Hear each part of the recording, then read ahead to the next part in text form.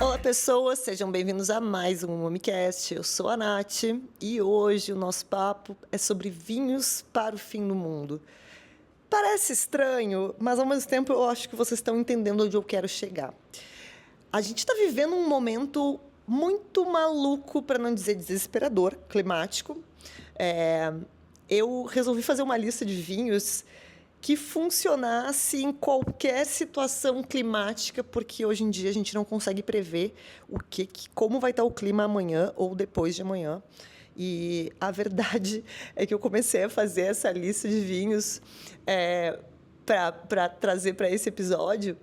E quando eu comecei, no dia que eu comecei a lista, eu levei 2 dias para fazer a lista. No dia que eu comecei a minha lista, fazia mais ou menos uns 14, 15 graus, estava muito frio. Não, na verdade foi o contrário. Quando eu comecei a fazer a lista, estava fazendo 32 graus aqui em São Paulo. E no dia seguinte, quando eu terminei a lista, estava fazendo 15 e chovendo muito. Então, a gente está vivendo um momento que, assim, quando a gente fala de vinhos para o verão, vinhos para o inverno, a gente já não fala mais disso no Brasil. Se a gente olhar na TV, cada estado tem uma temperatura absolutamente diferente e no dia seguinte parece que inverte. O estado que estava quente fica frio, o estado que estava frio fica quente. E de onde é que eu tirei essa ideia de vinhos para o fim do mundo? Porque parece que não faz nenhum sentido, mas eu juro que faz. Quando eu penso em vinhos para ocasiões em que eu não sei se vai estar quente, vai estar frio, vai estar o tipo de comida que vai ser servido, eu penso especificamente num estilo de vinho na minha cabeça. E eu acho que é esse estilo de vinho que a gente vai começar a ver cada vez mais daqui para frente. É um estilo de vinho que a gente já tem visto, mas que vai começar a ver cada vez mais, especialmente quando a gente fala nesse tipo de momento que a gente está vivendo no planeta, tá? Então, quando eu falo de vinhos que funcionam no fim do mundo, eu quero dizer vinhos tintos que não precisam necessariamente de um inverno para serem agradáveis e de vinhos brancos que não precisam ser tomados no verão, que vão funcionar no frio também. Esse estilo de vinho que é um meio termo entre uma potência e um frescor, uma leveza. A verdade é que tem muito estilo de vinho assim. Eles são muito gostosos, mas eu nunca compilei eles numa lista, até porque acho que a única coisa que me faz criar uma linha condutora entre esses estilos é realmente o fim do mundo, gente. Então é isso. Preparando para o fim do mundo, eu decidi fazer uma lista de 10 vinhos que vão funcionar em qualquer situação. Se a sua cidade estiver pegando fogo, como está São Paulo, ou se a sua cidade estiver debaixo d'água, como estão outras cidades do Brasil. Está uma loucura isso. Não só o Brasil, né? O mundo inteiro está assim, mas vamos falar de Brasil. Vou começar com a minha lista, então. Para quem está só nos ouvindo, para quem está no Spotify, dirigindo, sejam muito bem-vindos. Mas eu recomendo que vocês assistam depois esse episódio em vídeo, porque eu vou colocar a imagem de cada um desses rótulos e eu acho que ajuda também, né? É mais difícil gravar só ouvindo, então vendo a imagem do vinho fica um pouco mais fácil de ir procurando na internet enquanto eu estou aqui falando. E vamos começar, então, com um vinho que eu gosto bastante. Eu acho que já até postei ele no Instagram do Mami. Quem não segue o Instagram do Mami já devia estar seguindo no @umamimeg e no TikTok também, @umamimeg. Vamos lá, vamos voltar para o vinho, então. Já postei esse vinho no Instagram, mas eu provei ele de novo recentemente e o vinho continua incrível. Eu tinha provado uma safra anterior, a safra atual está perfeita também. Eu acho que tem tudo a ver com isso que eu estou falando, que é o Richtelli Blanco della Casa. Esse é um vinho, eu vou ler o corte, porque ele é um corte diferente. Ele é 40% Sauvignon Blanc de Gualtajari, 40% Semillon de La Consulta e 20% Chardonnay de La Carrera. É um vinho de Mendoza, na Argentina. Os vinhos do Richtelli, no geral, são vinhos que eu gosto muito. Tem rótulos muito bonitos. Esse, inclusive, que eu estou mostrando para vocês, é um dos meus rótulos favoritos. E eu sou apaixonada por essa imagem, essa fotografia. Eu queria um quadro dele. O Tinto della Casa também é um vinho que caberia muito nessa lista. Quando eu falo do branco, a gente está falando de um branco que tem muito frescor, mas tem bastante estrutura, tem bastante potência também, tem profundidade. É um vinho que, se você baixar a temperatura e tomar ele um pouco mais gelado, não vai perder muita coisa. Tem aromas que vão sumir um pouquinho, mas vai ser agradável. Agora, e se você precisar tomar ele um pouquinho mais alto, na temperatura um pouquinho mais alta, ele vai ser também perfeito. É um vinho que vai bem no inverno e no verão, em qualquer temperatura. Eu acho ele mudou um pouquinho, na verdade, em relação à safra anterior. Eu até anotei. O anterior ele tinha uma parte do vinho que envelhecia em concreto, uma parte que envelhecia em cubas de argila e uma parte em cubas de cimento. Essa safra que está aqui, que é a safra atual, que está no mercado, que é 2023, é apenas concreto. São 8 meses de envelhecimento em concreto. Esse vinho não passa por madeira, ele não tem nada para cobrir aromas, nada disso. E é um vinho que ele tem bastante... A fruta dele é uma fruta bem... ela é bem curiosa, porque a gente tem um pouco de cítrico, a gente tem um pouco de fruta de caroço, a gente tem um pouco de nota salina também, que a gente consegue sentir. Ele é bem amplo, sabe? Bem complexo. Ele tem um toquezinho, como eu disse, salino, até um pouquinho de... que pode lembrar, não tem a ver com autólise, mas pode lembrar uma notinha tostada de pão, que é bem interessante também. E é um vinho que não me decepciona nunca. Ele está no Brasil agora pela Berkman.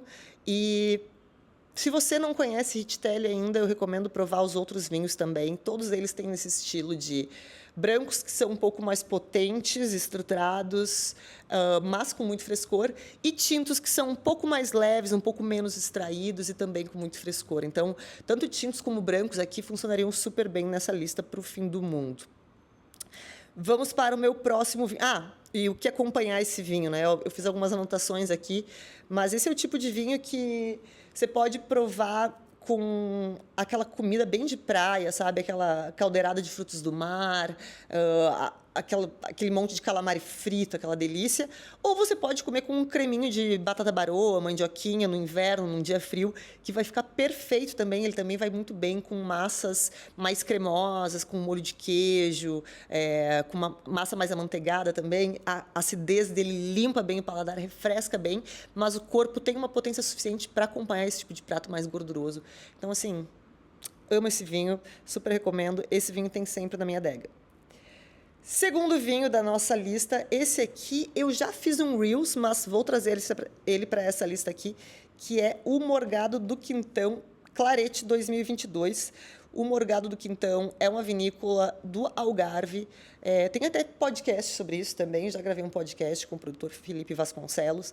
Algarve é uma região no sul de Portugal, muito conhecida pelas praias, algumas das praias mais espetaculares de toda a Europa. E é uma região que tem uma produção antiga de vinhos, mas que era uma produção muito mais voltada para volume, preço mais baixo, e que nos últimos tempos, assim como a gente vê em diversas regiões que tinham um foco um pouco mais no volume, tem se voltado um pouco para a qualidade. Então a gente já vê alguns projetos bem interessantes, focando numa produção mais reduzida, com variedades locais, resgatando vinhedos antigos que tinham sido abandonados, resgatando formas de produção mais antigas também. E o que a gente está vendo é um crescimento de qualidade bem interessante, e eu acho que a gente vai começar a ouvir falar bastante dessa região nos próximos anos, porque a gente tem em Portugal muitas regiões já com bastante renome e a gente não tem mais para onde fugir. Então, essas regiões menos conhecidas de Portugal acabam ganhando mais espaço.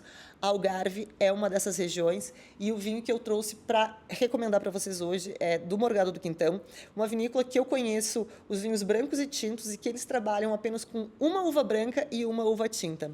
No caso da uva tinta, o vinho que eu estou indicando aqui é feito com uma uva tinta, é a uva Negramole ou Negramol, é uma uva originária da região de Valência. Ela, por muito tempo, achou-se que era uma uva que vinha das Ilhas Canárias e da Ilha da Madeira, mas um exame de DNA dos anos 2000, mais ou menos 2006, se não me engano, concluiu que ela é uma variedade que vem da região de Valência, na Espanha.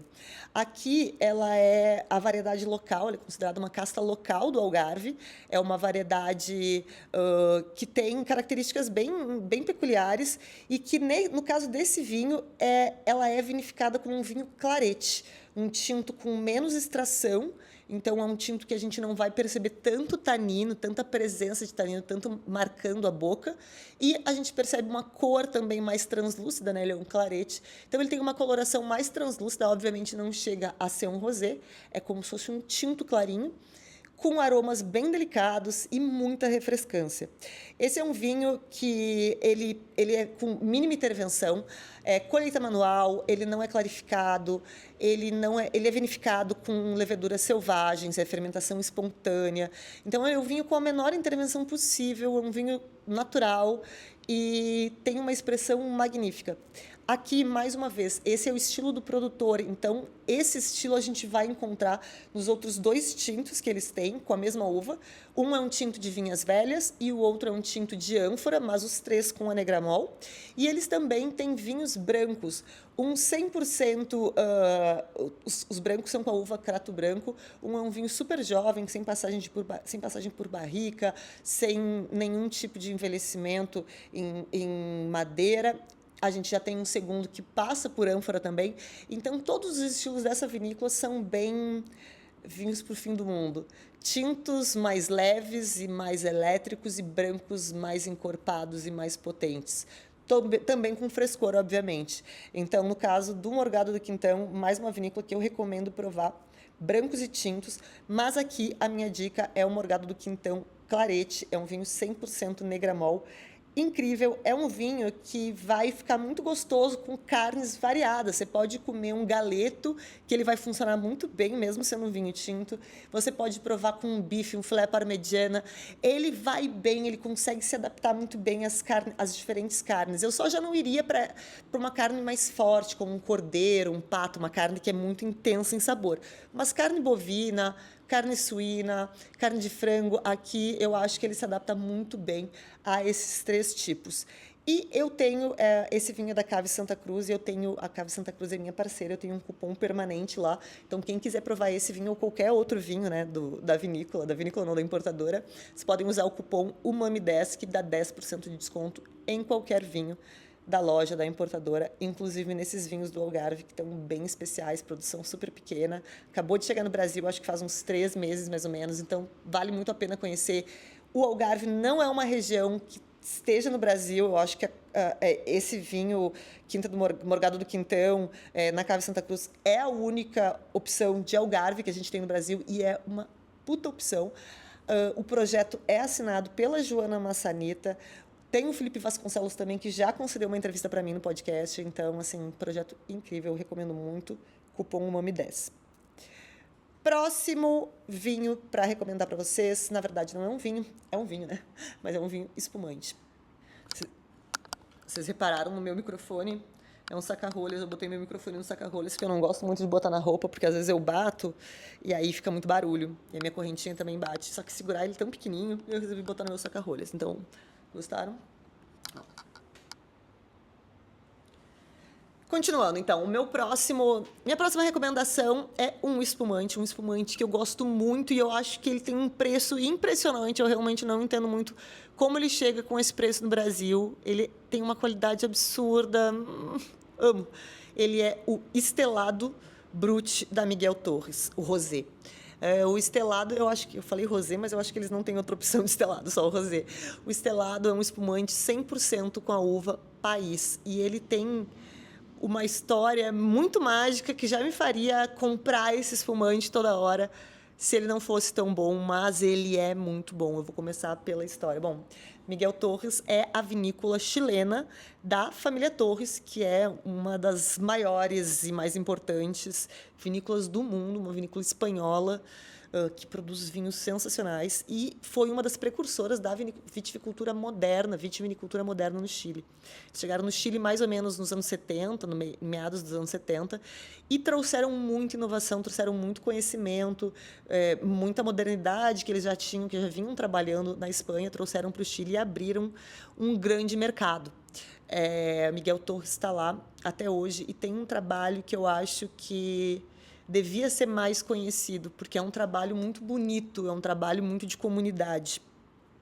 E eles não trabalham isso como marketing para vender os vinhos. Então, eu acho que é por isso que tanta gente não conhece isso. Mas eu tive o prazer de visitar a Miguel Torres e receber e estar na presença de alguns dos produtores, dos fazendeiros não, né, dos agricultores com quem eles trabalham e a gente ouviu deles as histórias Eu vou contar rapidinho para vocês. A uva país é uma das uvas crioulas que existem no Chile, assim como existem na Argentina também, que chegaram da Espanha através das missões, assim como algumas variedades chegaram no Rio Grande do Sul também, né, através das missões dos jesuítas, e se tornaram variedades que foram virando variedades quase nativas, né? Essas uvas foram sempre cultivadas em volume, grande quantidade, os vinhos não foram cuidados com muito carinho, foram sempre vinificados em volume. Então, não produzia vinhos com grande qualidade. E como tudo no mundo acontece, né, nesses ciclos, o Chile também passou por esse ciclo de resgate das castas locais. A gente vê isso no projeto Vinho, com a uva Carignã. A gente vê isso com a uva País também acontecendo bastante. E a gente vê muitas vinícolas compraram vinhedos abandonados de uva país, muitas vinícolas têm, inclusive, vinhedos selvagens de uva país. O Chile é um país muito legal de ver vinhedos selvagens. Para quem nunca viu uma videira, a videira é uma planta trepadeira. Ela, se você colocar ela em qualquer superfície, numa grade, plantá-la perto de uma grade, ela vai se enrolar toda na grade e vai subir. Então, muitas videiras no Chile que foram abandonadas na natureza cresceram e subiram em árvores. Eu tive essa felicidade de poder visitar um vinhedo desses e é muito legal ver a altura em que essas videiras subiram nas árvores, assim, 5 metros de altura. E a colheita é como vocês estão imaginando mesmo. Botar uma árvore, subir lá e colher. Então, é bem difícil. Mas o que aconteceu com a Miguel Torres? Bom, essa história, na verdade, não começou com Miguel Torres, começou com um grupo de agricultores do interior do Chile que tinham ainda vinhedos de uva país e que não conseguiam mais vender. A uva país era pouco comprada, lembrando que muitos desses agricultores eles nunca fizeram os seus vinhos, eles vendem suas uvas e sempre venderam suas uvas para o mercado. E eles não estavam mais conseguindo vender, tinha pouco interesse nessa variedade. E o que tinha de interesse era o valor não pagava o custo de manutenção, não pagava a vida desses agricultores. Então, uma dessas agricultoras, filha de um agricultor, ela estava naquele último momento, assim, eu vou tentar mais uma vez ou então eu vou abandonar isso. Decidiu se juntar com um grupo de outros pequenos agricultores, pequenos mesmo, com pequenos vinhedos, que não teriam força suficiente sozinhos, mas que talvez unidos tivessem um pouco mais de força. Uniu, criou uma associação e saiu vendendo e oferecendo essas uvas em diversas vinícolas. E tomou um monte de não. Tomou não de todas as vinícolas e, literalmente, ela disse, olha, não foram poucas, foram muitas. E a nossa última tentativa ia ser na Miguel Torres. E Miguel Torres, o próprio Miguel Torres, não só aceitou comprar, como ofereceu o valor de uma uva nobre, como qualquer outra uva nobre, como uma Pinot Noir, uma Cabernet Sauvignon. Um valor que esses agricultores nunca tinham imaginado ganhar por aquela variedade. E não só se comprometeu a isso, mas se comprometeu a se manter comprando deles sempre, mesmo quando aquela colheita não é a melhor colheita. Basicamente, ele assumiu um compromisso com as pessoas, não com o produto. Então, mesmo nos anos que aquela produção não é suficientemente boa para que ele produza o vinho, ele mesmo assim paga essas pessoas. E eu ouvi essa história dessa mulher, que foi quem criou esse grupo, essa associação, que foi quem bateu de porta em porta, tentando vender essas uvas e que conseguiu fechar esse acordo com Miguel Torres. E a emoção dela, ouvir a história dela, você entende, assim, sabe? A importância que essa vinícola tem lá no Chile, teve lá no Chile, ainda tem até hoje. E esse não é o único projeto incrível e que valoriza o pequeno produtor. Não é nem de longe o único projeto. Miguel Torres no Chile tem infinitos projetos desse tipo.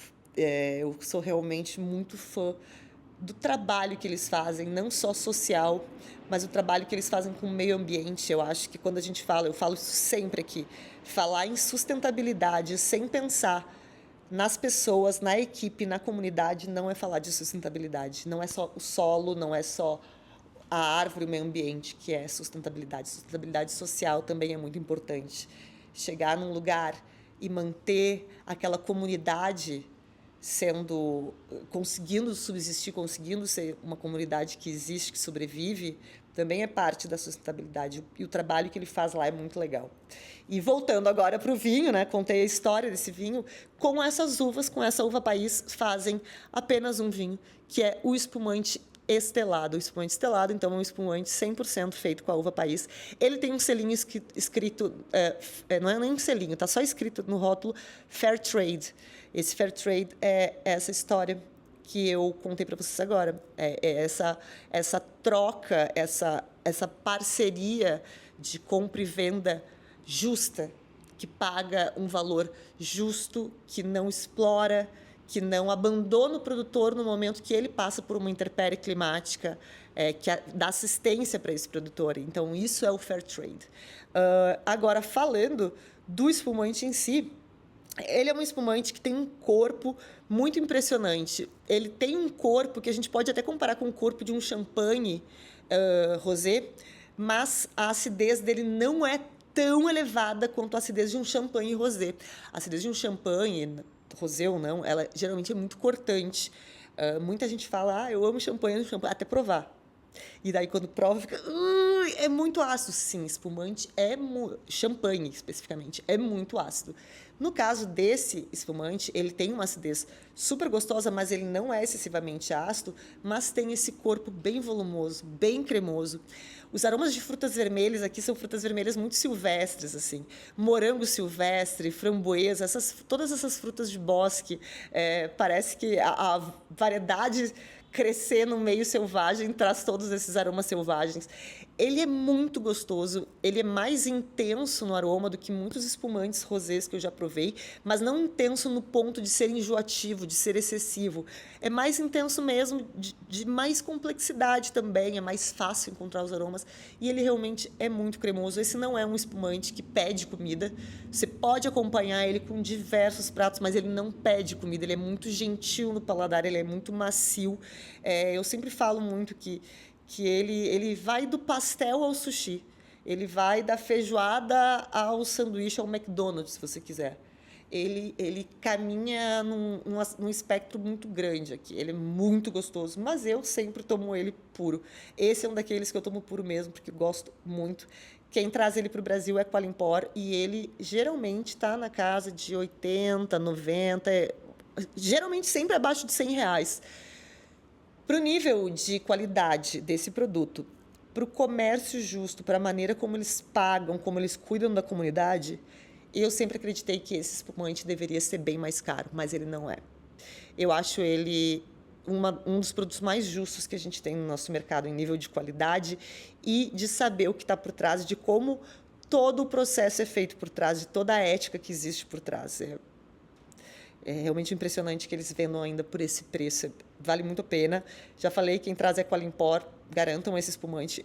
Mas assim, coloco mãos e pés no fogo de que vocês vão gostar. Não vou fazer isso também, que depois vocês não vão gostar. Eu só gosto de espumante demi-sec. Ele não é demi-sec, talvez vocês não gostem. Mas ele é impressionante. Eu sou realmente muito apaixonada por ele. E fica aí minha recomendação de espumante. Eu acho que ele é o único espumante que eu botei nessa lista. Então, fiquem de olho. Próximo vinho da minha lista, Julia Kemper Encruzado. Julia Kemper é uma rainha do Dão, rainha de vinhos incríveis. Julia Kemper, mais uma produtora que tem essa mão de vinhos tintos que são frescos, vinhos brancos que são potentes. Mas, no caso dela, alguns dos tintos são realmente potentes. Apesar de ter frescor, são potentes mesmo. Então, não são todos que eu diria que funcionariam super bem no calor. Alguns são mais legais para o frio mesmo. Mas tem vários que funcionam muito bem aqui também em dias quentes. Mas o que eu estou indicando hoje é um vinho branco, o encruzado. O encruzado é uma uva que eu já falei bastante. Uma uva clássica, considerada uma das melhores uvas brancas de Portugal. Eu diria que uma das melhores uvas e ponto, entre brancas e tintas. Uma uva branca com estrutura, com muito potencial de guarda. E esse é um vinho que você vai tomar ele jovem, ele vai ser delicioso, mas você vai tomar ele evoluído, vai ser outra coisa, um vinho completamente diferente, muito mais complexo, muito mais cremoso e ainda assim incrível e com frescor. Encruzado é realmente um dos ícones de Portugal. Eu sou grande apaixonada, diria que nessa lista de brancos que vão funcionar em qualquer situação, qualquer encruzado poderia entrar nessa lista. Eu escolhi os da Julia Kemper porque eu acho a Julia Kemper, ela tem uma assinatura muito Julia Kemper. Os vinhos dela, mesmo tendo já um diferencial, você percebe alguns vinhos mais potentes, outros mais leves, eles têm uma assinatura muito Julia Kemper. Os vinhos delas todos são biodinâmicos, ela faz uma agricultura biodinâmica lá no Dão. Tem uma série de vinhos muito frescos, todos eles têm uma estrutura bastante firme, brancos e tintos, então todos são bastante gastronômicos. Esse, no caso, esse encruzado dela, ele tem muita fruta de caroço. A gente pega um pêssego, a gente pega uma manga aqui, que é bem legal. A manga que a gente pega nesse vinho é muito interessante, mas a gente também pega flores secas, a gente pega um pouquinho de chá. E é um vinho com muitas nuances, é um vinho com uma complexidade muito grande, e, ao mesmo tempo, esse toque elétrico que ele tem, que também é um pouco de característica de vinhos biodinâmicos, né? Muitos dos vinhos biodinâmicos, como um todo, eles priorizam a acidez, essa acidez mais cortante, e aqui não é diferente. É um vinho que tem uma acidez dessas bem elétrica, bem cortante, que confere mais longevidade. Inclusive, quando a gente fala de vinho branco, o que vai conferir longevidade para o vinho, a gente não tem tanino aqui. Então, basicamente, é a acidez e essa quantidade de aromas, né? Essa grande camada, essa intensidade de aromas que tem no vinho, além do álcool. E esse é um vinho, sim, com muita camada de aroma e com muita intensidade na hora de falar da acidez. Então, ele é bem longevo, é um vinho bem interessante. Eu recomendaria ele. Ele é o vinho perfeito para bacalhau. E aqui eu não vou recomendar uma coisa para o verão e uma coisa para o inverno. Bacalhau é isso. O bacalhau no inverno, faz um bacalhau às natas, bem cremoso, bem gordo. É no verão? Hoje, por exemplo, eu almocei num lugar, eu comi uma panzanella, mas tinha uma panzanella de bacalhau também. Então, era batata, ovo, o pão, o bacalhau. Era um saladão com bacalhau muito gostoso, bem fresco e que ia funcionar muito bem com esse vinho. Então, esse vinho aqui funciona com bolinho de bacalhau, funciona com todas as receitas. Bacalhau à gomme-sá, bacalhau às natas, panzanella de bacalhau. O que você inventar, bacalhau vai funcionar super bem aqui. Esse é um vinho que quem traz também é a Cave Santa Cruz. Então, aquele cupom que eu falei antes, o Mami 10, funciona para ele também, funciona para qualquer vinho lá da Cave Santa Cruz. Mas eu diria, prestem atenção nos vinhos da Julia Kemper. Ela veio para o Brasil já algumas vezes. Ela está sempre aqui na Feira Naturebas. É uma mulher maravilhosa, muito inteligente, maravilhoso conversar com ela. Ela tem um conhecimento incrível e é sempre uma delícia provar os vinhos novos dela e as safras novas. Ela tem essa mão que cuida também muito das safras, então a gente percebe a diferença de cada safra. São vinhos incríveis. Prove o que vocês quiserem de Dona Julia Kemper, vocês vão amar, eu sou apaixonada também. Próximo vinho é um vinho brasileiro que eu já postei no Mami, já postei nos stories, mas eu acho que eu nunca fiz um post exclusivo sobre este vinho. Próximo vinho, então, um vinho brasileiro, se chama Outro Vinho Noturno. Outro Vinho é o nome da vinícola, Noturno é o vinho. Quem faz esse vinho é o Cooper, Pedro Cupertino, para os não íntimos, não que eu seja muito íntima, mas como eu já entrevistei o Cooper, eu chamo de Cooper. O Cooper tem esse projeto, eu não sei exatamente precisar quanto tempo faz, mas não é muito tempo, talvez 5 anos no máximo. É um projeto lá do Rio Grande do Sul. Esse vinho, como vocês podem ver aqui do lado, tem um rótulo incrível. Eu vou falar do rótulo também, porque todos os rótulos deles são assinados. O Cooper é músico, então também tem uma conexão muito grande com arte, com música.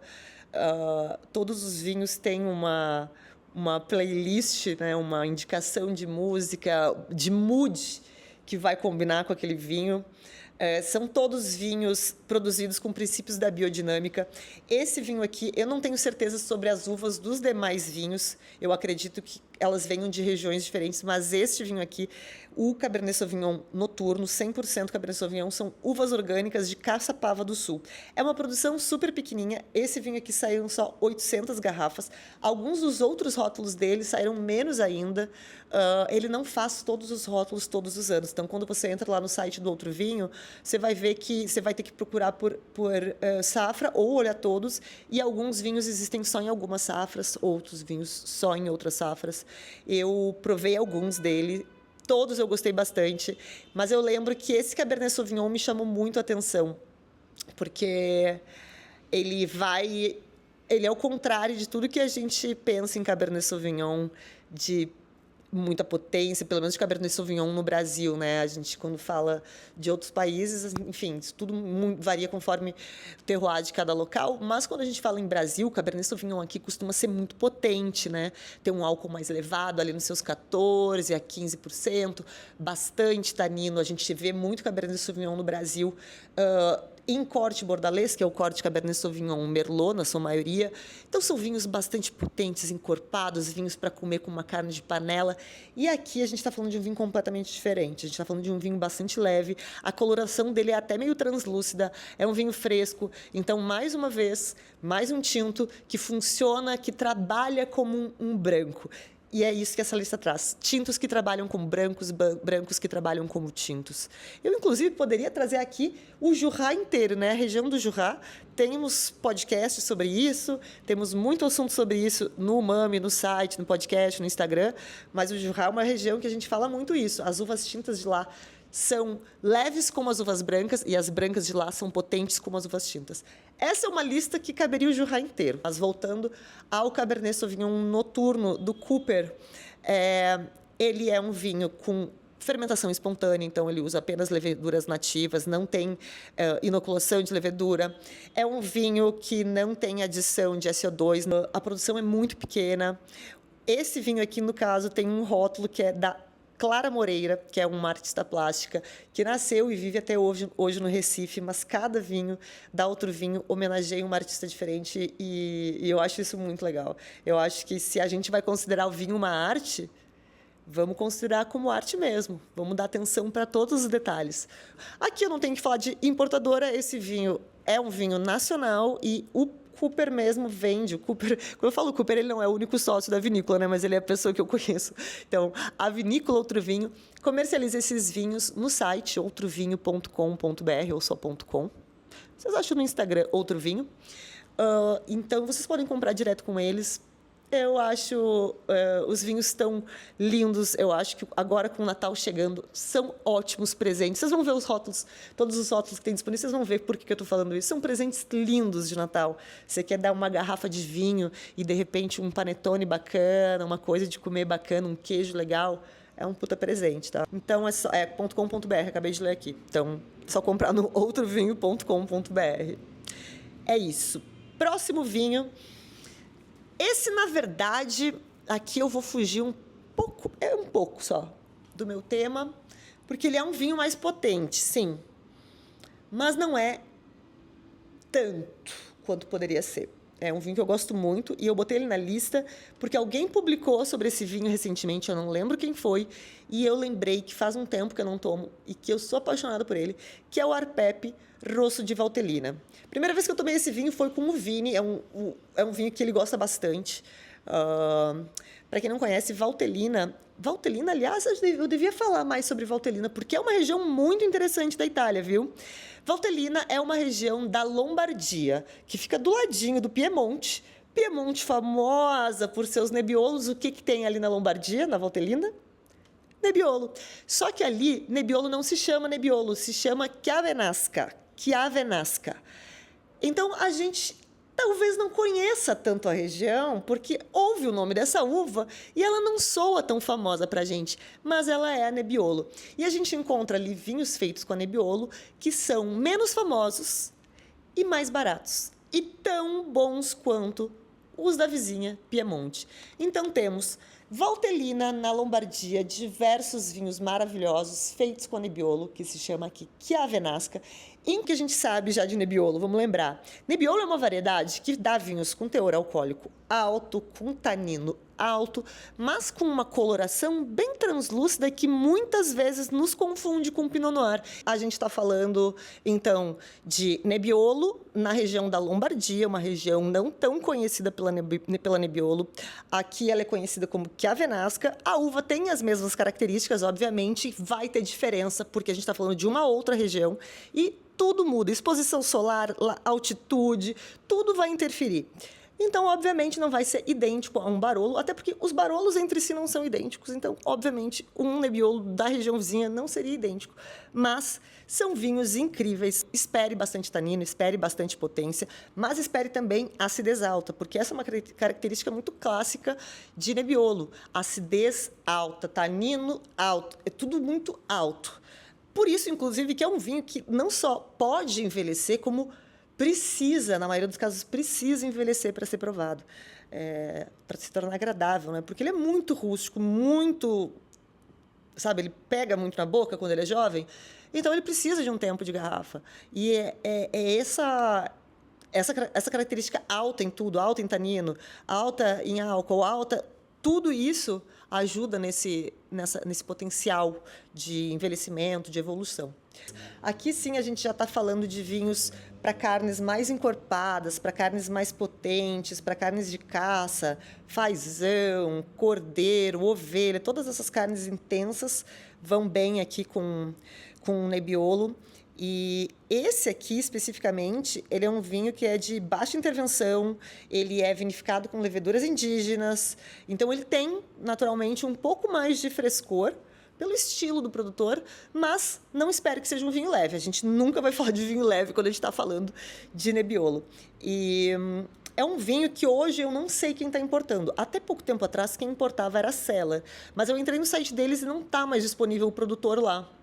E eu não achei nenhum outro site de nenhuma outra produtora, de outra importadora. Então, por favor, você que está me ouvindo aí, que sabe quem está trazendo Arpep para o Brasil, já aproveita para me mandar uma mensagem, porque eu sou muito fã e agora fui trazer para vocês essa informação.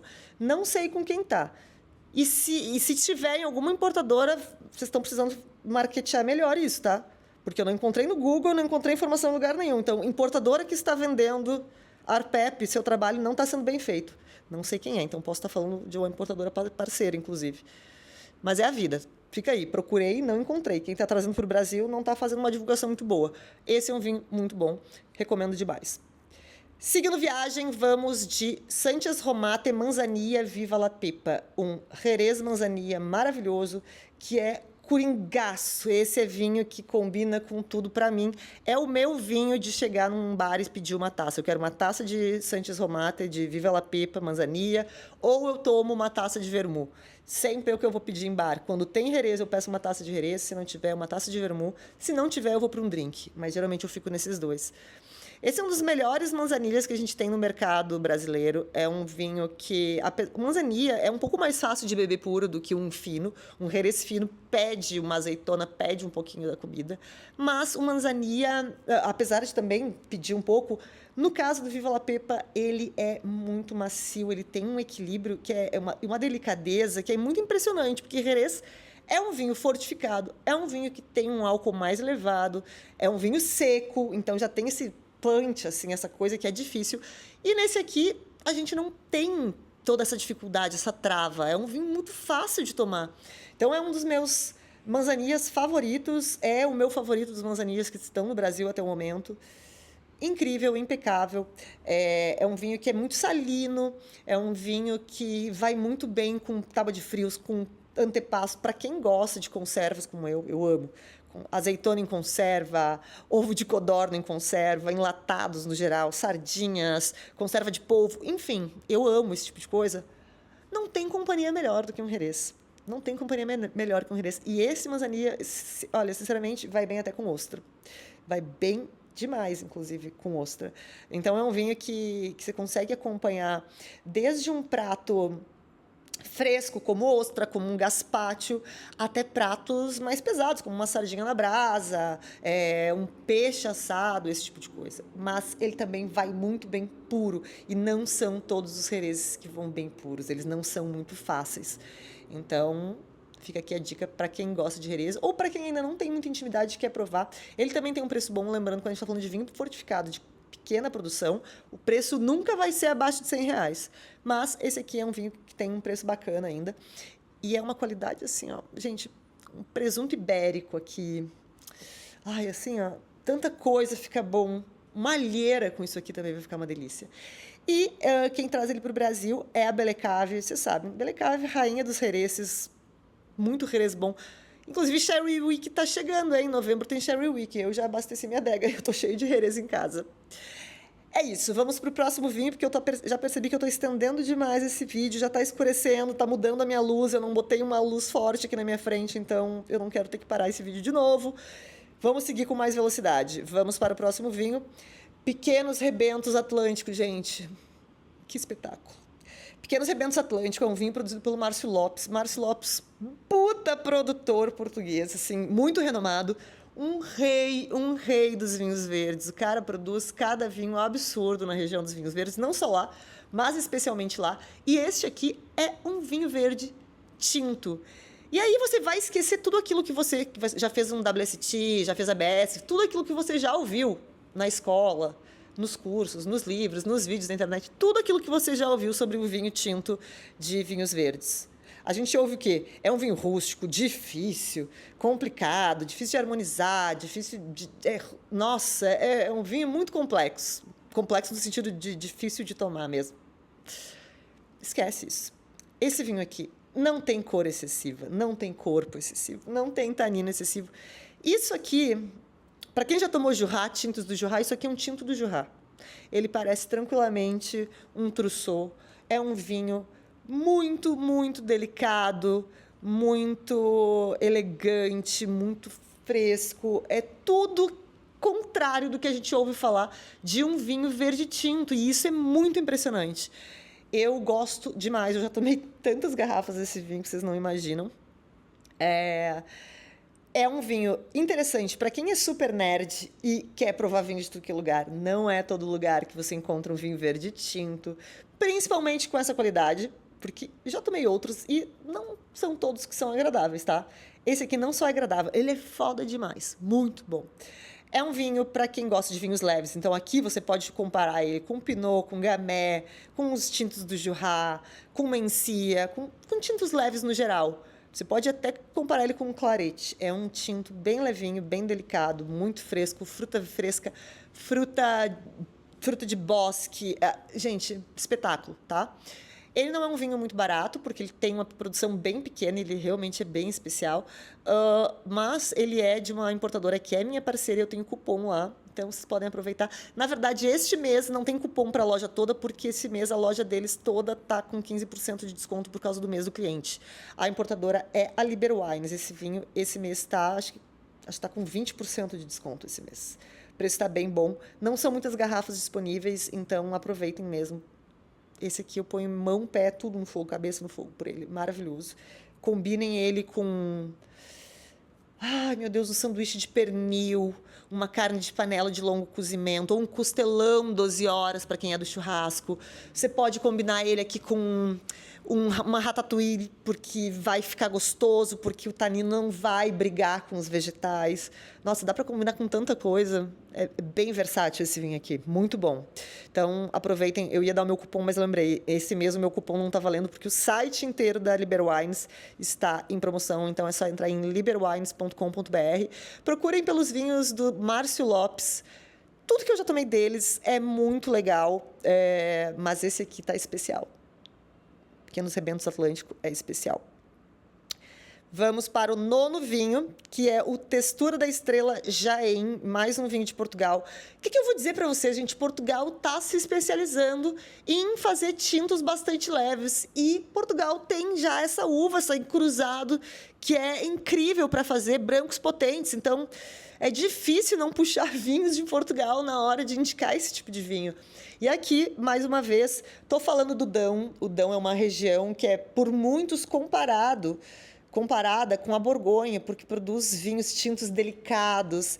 É, para quem não sabe, o lar, a terra natal da Touriga Nacional, apesar dela ser mais famosa no Douro, é do Dão que ela vem. Mas a gente encontra outras variedades por lá. A encruzada a gente encontra bastante lá e a gente encontra a Jaén, que é uma uva que eu amo e que eu acabei de mencionar como um comparativo ao vinho anterior. Ela é a mesma uva que a Mencia. A Mencia é uma variedade muito conhecida na região de Bierzo, na Espanha, que produz vinhos tintos muito delicados, com baixo tanino, corzinha translúcida, acidez elevada, vinhos tintos para o calor. E aqui em Portugal a gente conhece ela como Jaén. Tem em outras regiões? Tem, mas a gente encontra mais ela no Dão, só que muitas vezes a gente encontra ela dentro de cortes. Aqui a gente encontra ela 100% Jaén, e aí a gente tem um vinho leve, delicado, elétrico, gastronômico, um vinho tinto de Portugal e que não é nada pesado. Eu acho que a gente vê pouco Jaén 100%, e a gente deveria ver mais, porque é uma qualidade. Olha, a vinícola que eu estou falando aqui é a Textura Wines. A Textura Wines, inclusive, é de brasileiros. É uma vinícola que fica lá no Dão, mas os proprietários são brasileiros. Eles viajam o Brasil fazendo eventos aqui, degustando, estão sempre nas feiras e tudo mais. São proprietários dessa vinícola e eles têm diversos vinhos nesse estilo bastante leve, baixa intervenção, acidez alta. Eu já indiquei algumas vezes os vinhos deles por aqui, já indiquei um cruzado deles aqui. Inclusive, indiquei um palhete. Vocês lembram disso? Eu fiz um reel sobre palhete, que é o nome do clarete em Portugal. Não todo mundo vai chamar de palhete, inclusive eu indiquei um clarete hoje, que é de Portugal, e eles chamam de clarete, mas aqui eles chamam de palhete, que é um nome clássico português para os vinhos feitos nesse estilo. E esse é um dos raros produtores que produz uma Jaén 100%, com baixa intervenção, então um vinho ainda mais elétrico. Todos os vinhos deles têm essa característica, mas esse aqui, em especial, tem essa eletricidade bem marcante, a acidez, a fruta. 35% do vinho é fermentado com cachos inteiros, o restante é desengaçado, a fermentação é feita em cubas de concreto e depois esses vinhos estagiam em cubas enormes de 3.000 litros, então o contato com a madeira é muito baixo, é literalmente uma troca de oxigênio, não tem uma troca de aroma, de sabor aqui, a gente não tem um vinho com aroma de madeira, com aroma tostado, a gente tem um vinho muito puro aqui, é literalmente para dar textura, são tanques antigos, muito grandes, o vinho é estabilizado naturalmente. E é um vinho que, assim como outros tintos leves, eu diria que se você quer acompanhar uma carne, opte por carnes macias. Hambúrgueres entram nessa categoria, carnes como, mais uma vez, um costelão 12 horas, que é uma carne que se desmancha, que solta do osso. Carne de panela, ou carne louca, como muita gente chama. Todas essas carnes de longo cozimento funcionam muito bem. São vinhos também que você pode acompanhar com frango, com uma galinhada principalmente, que tem um tomate, aquele molho mais vermelho, vai ficar uma delícia. Mas você pode acompanhar um galeto, que vai ficar muito bom. Mas você acompanha muitos vegetais à brasa, vegetais grelhados também, porque o tanino um pouco mais baixo ajuda a não brigar tanto com esses vegetais que são mais difíceis. Então é um vinho que também tem um range gigante de harmonizações. Quem traz ele para o Brasil é a Liber Wines, já mencionei antes no vinho anterior. Como eu disse para vocês, eu não tenho cupom este mês para esse vinho, porque o site inteiro dele está com entre 15% e 20% de desconto até o último dia de setembro, por causa do mês do cliente. Então, vocês já aproveitem, o desconto já está lá, não precisa botar cupom nenhum. E podem dar uma olhada no site todo que tem muita coisa boa, tá?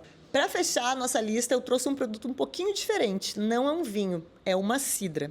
Eu sei que aqui no Brasil a gente tem uma memória um pouco complexa em relação à cidra, porque quem nasceu, pelo menos quem tem próximo da minha idade, quem nasceu nos anos 80, lembra muito bem de alguns anos novos por aí, na nossa infância, em que a família comprava umas garrafas de cidra e dizia que era espumante, chamava de champanhe, de espumante, de cidra. Ninguém sabia o que era o quê. Comprava, vinha na mesma garrafa, comprava aquilo, era doce, era horrível.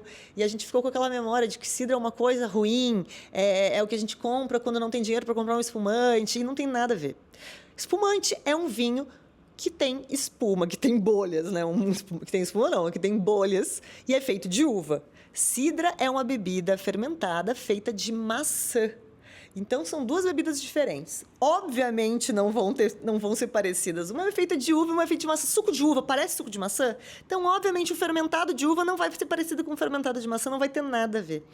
Cidra tem a cidra tem uma fama muito maior em alguns outros países. Inglaterra toma muita cidra, França toma muita cidra. Tem alguns países que têm uma produção de cidra bastante grande. Nos Estados Unidos também a região de Finger Lakes é muito famosa pelas cidras. E a gente tem... Eu lembro que quando eu visitei a região da Serra Catarinense para visitar as vinícolas pela primeira vez, eu vi o quanto de plantação de maçãs tem naquela região. E maçãs que são bonitas e famosas mesmo, maçãs de ultra qualidade. E eu fiquei perdido, gente, por que não estão fazendo cidra aqui? Se esse lugar tem essa qualidade para maçã, colham e façam cidra, porque a cidra vai ser maravilhosa. E, de fato, a gente já está vendo isso acontecer no Brasil. Não tem muita coisa, infelizmente, não tem muita coisa, mas já temos, sim, já provei mais de uma marca de cidra brasileira boa. E hoje eu vim indicar uma, que é a Vila Dágio, que está aqui ao meu lado. Na verdade, eu trouxe uma garrafinha porque eu tenho uma na adega. Na verdade, eu tenho mais algumas. Ui, quase derrubei. Na adega, essa aqui. Essa aqui é a cidra clássica deles. Eles têm uma outra cidra que é a bitter. Eles produzem essa cidra naturalmente. É uma cidra que eles até mencionam no rótulo, no contrarótulo, que pode ter resíduo da fruta no fundo da garrafa, porque é um processo muito natural mesmo. Processo fermentativo. Quem já sabe como funciona uma fermentação de um vinho, sabe como funciona a fermentação de maçã. É a mesma coisa. Fermentações, no geral, são todas feitas do mesmo jeito. A levedura, que é um micro-organismo, vai consumir o açúcar dessa fruta e vai converter esse açúcar em álcool. No caso dessa cidra aqui, a gente está falando de uma bebida com 8% de álcool. 8% de álcool. São duas cidras muito interessantes que a gente já encontra com um preço bacana. Elas são de Santa Catarina. Vocês encontram no site deles, que é Vila Dágio, Vila com 2 L's, Dágio. Então, VILLADAGIO. Viladágio, tudo junto.com, sem BR. Vocês também encontram eles no Instagram. Eu conheço só esses 2 produtos que eles têm. Eu acho que futuramente pode ser que eles produzam outros estilos ainda.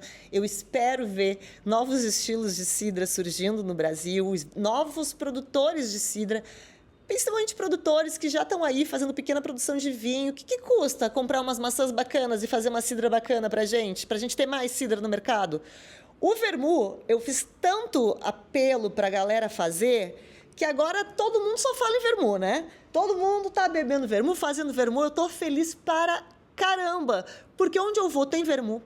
A gente antes vivia apenas com um clássico vermut. A gente só vivia carpando nos bares. Hoje em dia a gente tem de todos os lugares, de todos os estilos. É muito fácil achar vermut, drink feito com vermut em tudo que é lugar. Então, agora eu começo a minha nova campanha, já que eu já consegui atingir o meu objetivo com o vermut, a minha nova campanha. Você aí, pequeno produtor, especialmente produtores de vinhos naturais, que adoram fermentar de tudo. Eu sei que vocês não fermentam só uva. Vocês fermentam qualquer fruta que parecer na mão de vocês. Vocês fazem licor de tudo, vocês fazem um monte de coisa. Vamos fazer cidra? Vamos fazer cidra? Eu sirvo de cobaia. Façam uma cidra aí na casa de vocês, mandem para mim, eu digo o que eu achei. E a gente vai, assim, trocando ideias, porque eu acho que tem que vir mais cidra para o mercado, para a gente finalmente tirar da cabeça aquela imagem da Cerezer como cidra e botar na cabeça que existem essas coisas aqui gostosas e outras coisas muito gostosas aqui no Brasil, feitas no Brasil, com as maçãs maravilhosas que a gente tem por aqui. E para quem já está mais iniciado no mundo da cidra, tem gente importando cidras muito boas, tem cidras vindo do Chile, do sul do Chile, tem cidra da região... Nossa, me fugiu o nome da região. Ai, gente, qual é o nome da região da França? Normandia. Muitas cidras da Normandia, muito legais também. Então, assim, a gente já tem uma disponibilidade chegando, ainda pouco, mas a gente já tem aqui no Brasil. Se você é meio nerd, vá atrás. Tem bastante coisa aqui. E última coisa, cidra é com S, tá, gente? Eu vejo muita gente escrevendo cidra com C. Eu não sou a polícia do português. Eu só estou falando isso porque eu sei que muita gente se confunde. Porque a cidra a gente vê mais em inglês a palavra. Porque a gente vê muito mais cidra fora do Brasil. E cidra em inglês é cider, com C. Então, a maioria das pessoas traduz cidra e põe com C também aqui no Brasil. Mas cidra no Brasil é com S, tá? E é isso. Essa é a minha lista de 10 vinhos, na verdade, 9 vinhos e uma cidra para aguentar o fim do mundo. São bebidas que vão funcionar para você. Seja frio, seja calor, seja caindo raios, pegando fogo, o que tiver acontecendo de desgraça climática na sua cidade, assim como está acontecendo na minha cidade. A minha cidade, ela é uma desgraça climática ambulante. Eu moro em São Paulo, né? Se tem um lugar problemático climaticamente, é essa cidade, mas eu amo morar aqui. Então, assim a gente segue fazendo o quê? Lista de vinhos para o fim do mundo que vivemos em São Paulo. É isso, pessoal. Eu achei que esse vídeo fosse ter 15 minutos. Eu tô vendo que eu já devo ter falado 1 hora. Mesmo sozinha, eu tenho dificuldade de resumir as coisas. Na verdade, eu gosto de falar com vocês. É isso. Eu não apareço muito nos stories do dia a dia, então eu vou trazendo informações, lembrando de coisas e trazendo muita coisa aqui para vocês que eu vou lembrando ao longo do episódio. Então, fica um episódio longo, mas... é a vida. Espero que vocês tenham gostado, tenham ficado comigo até o final. Mandem esse episódio para alguém que você conhece, que vai gostar de ouvir ele também. Compartilhem esse podcast com mais pessoas para que esses episódios cheguem em mais pessoas, para que mais gente ouça falar dessas bebidas tão maravilhosas e que mais gente aprenda sobre vinho. Quanto mais as pessoas aprenderem sobre vinho, mais elas vão comprar vinhos. E quanto mais elas comprarem vinhos, mais barato talvez eles fiquem. E a gente está aqui numa campanha eterna de tentar fazer o vinho ficar um pouquinho mais acessível. Seja através dos impostos? Não, gente, isso eu já desisti. Isso, assim, eu não vou nem ficar sonhando muito. Eu quero que seja através do consumo. Pelo menos nesse primeiro momento. Vamos consumir o suficiente para que a demanda seja tão grande que a gente consiga baixar esse valor. Porque se for ficar esperando mudar imposto, minha gente, a gente vai ficar esperando sentado aqui por muito, muito, muito tempo. É isso. Me siga no Instagram, o MamiMag, @MamiMag. Me siga no TikTok, @MamiMag. Siga a gente também no YouTube. Eu falei que os vlogs vão começar a entrar. Não só vlogs, como alguns outros vídeos mais educativos, porque eu acho que eu me acostumei a falar com vocês aqui em vídeos mais longos. Eu gosto mais disso do que stories e coisas de 10 segundos, de 60 segundos. Acho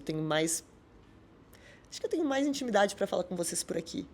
Eu acho que é porque ultimamente eu tenho assistido muito vídeo no YouTube, eu tenho gostado de deixar o YouTube na TV, vídeos que eu gosto, de pessoas que eu gosto na TV, falando sobre qualquer coisa. Isso tem me agradado. Então, como eu tenho gostado de fazer isso, eu tenho gostado de falar mais em vídeo com vocês, em vídeos mais longos. Então, talvez por isso esteja aqui um vídeo tão longo e querendo fazer mais coisas no YouTube. Mas é isso, pessoal. Espero que vocês tenham gostado desse vídeo. Espero que tenham gostado dessa lista. Quero saber de vocês, se vocês já provaram o vinho dessa lista, e se vocês me indicam algum outro vinho que se encaixaria aqui. Lembrando, tintos que parecem brancos, brancos que parecem tintos, vinhos que funcionariam no frio e no calor. Enfim, os verdadeiros coringas para o fim do mundo. Nos vemos no próximo domingo, ao meio-dia. Um beijo e até a próxima.